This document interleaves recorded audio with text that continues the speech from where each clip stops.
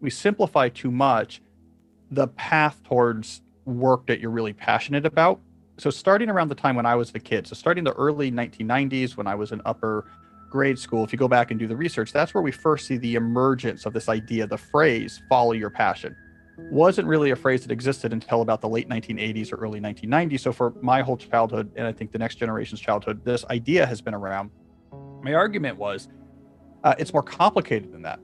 The advice really that people are giving is follow the goal of ending up passionate about your work, because it's great to be passionate about your work, and to not be makes everything much more difficult, but it got condensed to follow your passion. And the issue with that, I pointed out, was it presupposes that everyone's wired to do something, and that the primary action necessary to unlock passion for your work is to match your work to this pre-existing trait. So it's all a match game. You were wired inside to be a writer of advice books. So all that matters is you figure that out, and then you'll be passionate. And when I look back at the research, it's more complicated than that. Passion tends 9 times out of 10 to cultivate over time. The initial match, like what I do, is important, but it is just one step.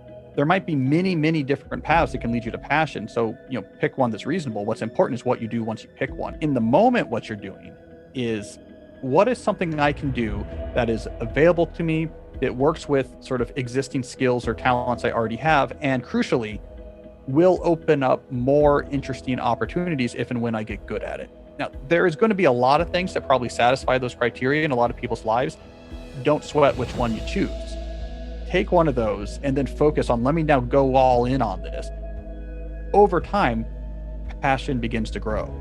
Commitment to that work begins to grow. The meaning begins to grow. And so this has been a big part of my ideas on career advice, is shifting the mindset away from the passion exists entirely in the beginning.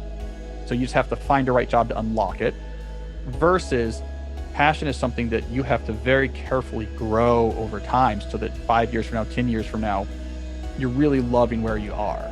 It's not about, I'm meant to do this, so let me figure that out in advance and go after it. It's, here is something that is interestingly, let me go after this interesting thing passionately, and then see what comes next. As you build rare and valuable skills, you get more leverage over your work. You get more leverage over how you work, when you work, what you work on. If you apply that leverage, you can make your career better and better, something that resonates more, something that's more passionate, and away from things that's more drudgery. Get as good as possible, as quick as possible, and use that as leverage to keep evolving it towards more and more interesting places.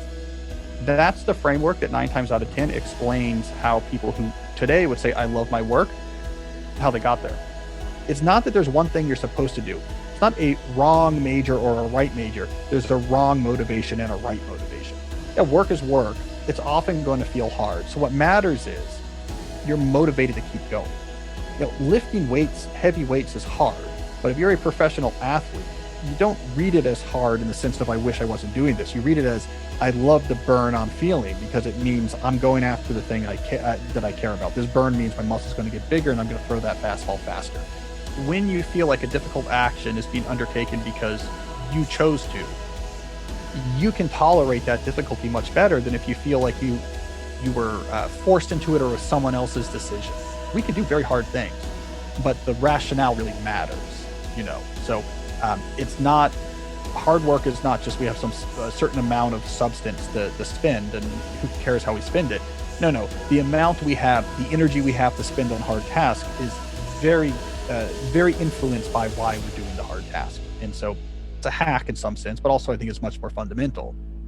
People who do really hard things, you better believe they're tapping from that reserve of, these are things I chose to do for good reasons. Some days are going to be harder than others. Some places are going to come easier than others. Some things are going to be more successful than others, but over time, this is going to take you somewhere worth going.